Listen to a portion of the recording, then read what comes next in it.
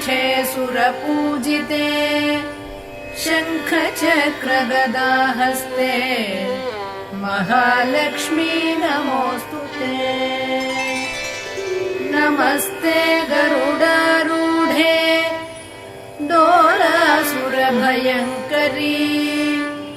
सर्वपापहरे देवी महालक्ष्मी नमोऽस्तुते। सर्वज्ञे सर्ववरदे सर्वदुष्टभयङ्करी सर्वदुःखहरे देवी महालक्ष्मी नमोऽस्तुते। सिद्धिबुद्धिप्रदे देवी भुक्तिमुक्तिप्रदायिनी मन्त्रमूर्ते सदा देवी महालक्ष्मी नमोऽस्तुते।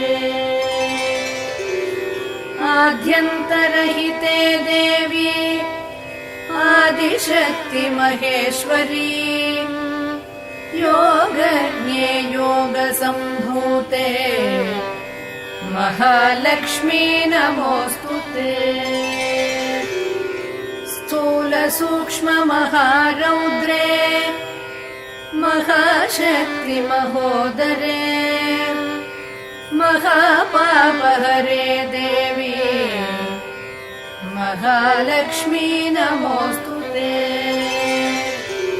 पद्मासनस्थिते देवी परब्रह्मस्वरूपिणी परमेशि जगन्मातः महालक्ष्मी नमोऽस्तुते। श्वेताम्बरधरे देवी नानालङ्कारभूषिते जगत्स्थिते जगन्मातः महालक्ष्मी नमोऽस्तुते।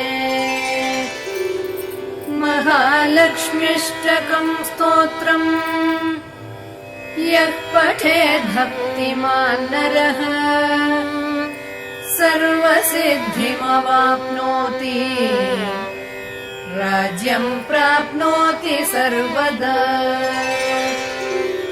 एककाले पठेन्नित्यम् महापापविनाशनम् द्विकाले यः पठेन्नित्यम् धनधान्यसमन्वितः त्रिकालं यः पठेन्नित्यम् महाशत्रुविनाशनम् महालक्ष्मीर्भवेन्नित्यम् प्रसन्ना वरदा शुभा।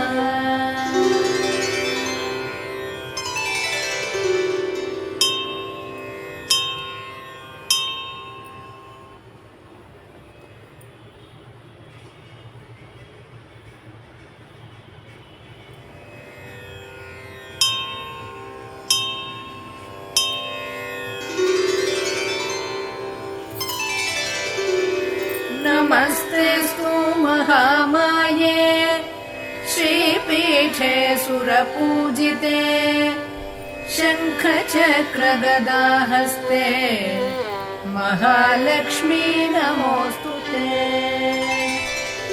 नमस्ते गरुडारूढे डोलासुरभयङ्करी सर्वपापहरे देवी महालक्ष्मी नमोऽस्तुते। सर्वज्ञे सर्ववरदे सर्वदुष्टभयङ्करी सर्वदुःखहरे देवी महालक्ष्मी नमोऽस्तुते। सिद्धिबुद्धिप्रदे देवी भुक्तिमुक्तिप्रदायिनी मन्त्रमूर्ते सदा देवी महालक्ष्मी नमोऽस्तुते। आद्यन्तरहिते देवी आदिशक्ति महेश्वरी योगज्ञे योगसम्भूते महालक्ष्मी नमोऽस्तुते स्थूलसूक्ष्ममहारौद्रे महाशक्ति महोदरे महापापहरे देवी महालक्ष्मी नमोऽस्तुते पद्मासनस्थिते देवी परब्रह्मस्वरूपिणी परमेशि जगन्मातः महालक्ष्मी नमोऽस्तुते श्वेताम्बरधरे देवी नानालङ्कारभूषिते जगत्स्थिते जगन्मातः महालक्ष्मी नमोऽस्तुते महालक्ष्म्यष्टकं स्तोत्रम् यः पठेत् भक्तिमान् नरः सर्वसिद्धिमवाप्नोति राज्यं प्राप्नोति सर्वदा एककाले पठेन्नित्यम् महापापविनाशनम् द्विकाले यः पठेन्नित्यम् धनधान्यसमन्वितः त्रिकालं यः पठेन्नित्यम् महाशत्रुविनाशनम् महालक्ष्मीर्भवेन्नित्यम् प्रसन्ना वरदा शुभा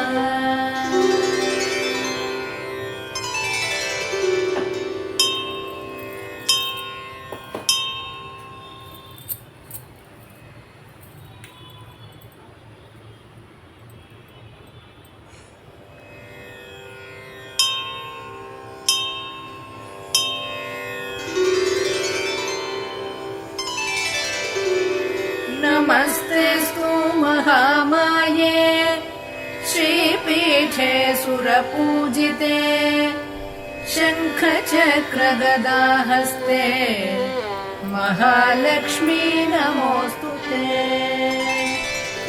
नमस्ते गरुडारूढे दोलासुरभयङ्करी सर्वपापहरे देवी महालक्ष्मी नमोऽस्तुते सर्वज्ञे सर्ववरदे सर्वदुष्टभयङ्करी सर्वदुःखहरे देवी महालक्ष्मी नमोऽस्तुते सिद्धिबुद्धिप्रदे देवी भुक्तिमुक्तिप्रदायिनी ಮಂತ್ರಮೂರ್ತೆ ಸದಾ ದೇವಿ. ಈಗ ನಾನು ಹಾಕಿದ ರಂಗೋಲಿ ಸೌಭಾಗ್ಯ ಶ್ರೀಚಕ್ರ ಮಂಡಲ. ಇದು ದೇವರ ಹತ್ರ ಹಾಕಿದರೆ, ಪ್ರತಿನಿತ್ಯವೂ ದೇವರ ಹತ್ರ ಹಾಕಿದರೆ ತುಂಬ ಒಳ್ಳೆಯದು. ಇದು ಶ್ರೀಚಕ್ರ ಇರುತ್ತೆ ನಡುವ, ತುಂಬ ದಳಗಳು, ಸುತ್ತ 16 ದಳಗಳು ಮಂಡಲ ಮಾಡ್ಕೊಂಡು ಶಂಖಚಕ್ರ ಲಕ್ಷ್ಮೀ ಪಾದ ಆಕಳು ಪಾದ ಹಾಕ್ಕೊಂಡು ಈ ರಂಗೋಲಿ ಶುಕ್ರವಾರ ಅಥವಾ ಮಂಗಳವಾರ ಹುಣ್ಣಿಮೆ ಮುಂದೆ ಹಾಕಿದರೆ ತುಂಬ ಒಳ್ಳೆ ಫಲ ಕೊಡುತ್ತೆ. ಇದು ಒಳ್ಳೆಯದು, ಪಾಸಿಟಿವ್ ಎನರ್ಜಿ ಅಷ್ಟೇ. ರಂಗೋಲಿ ದೇವ್ರ ರಂಗೋಲಿಗಳು ಹಾಕಿದರೆ ನಮ್ಮ ಮನಸ್ಸು ತೃಪ್ತಿ ಆಗುತ್ತೆ. ನಾವೆಷ್ಟೋ ಅಂದ್ಕೊಂಡು ಕೋರಿಕೆಗಳೆಲ್ಲ ನೆರವೇರುತ್ತೆ. ರಂಗೋಲಿ ಅಂತೂ ಅಷ್ಟು ಒಳ್ಳೆಯದು. ದೇವ್ರ ಹತ್ರ ಅಲಂಕರಣ ಮಾಡ್ಕೊಂಡ್ರೆ ಇದು ಶ್ರೀಚಕ್ರ ಸೌಭಾಗ್ಯ ಮಂಡಲ ರಂಗೋಲಿ. ಇದು ನಡುವ ಶ್ರೀಚಕ್ರ 16 ದಳಗಳು ಶಂಖಚಕ್ರ ನಾವು ಅಲಂಕಾರ ಲಕ್ಷ್ಮೀ ಪಾದ ಅವೆಲ್ಲ ಹಾಕ್ಕೊಂಡು ಪೂಜೆ ಮಾಡ್ಕೋಬೇಕು. ದೀಪ ಹಚ್ಚಿಟ್ರೆ ಆಯಿತು. ತುಂಬ ಒಳ್ಳೆಯದಿದು. ಯಾರಿಗಾನ ಅನುಕೂಲ ಆದರೆ ಮಾಡ್ಬೋದು. ಶ್ರೀ ಲಕ್ಷ್ಮೀ ಹೃದಯ.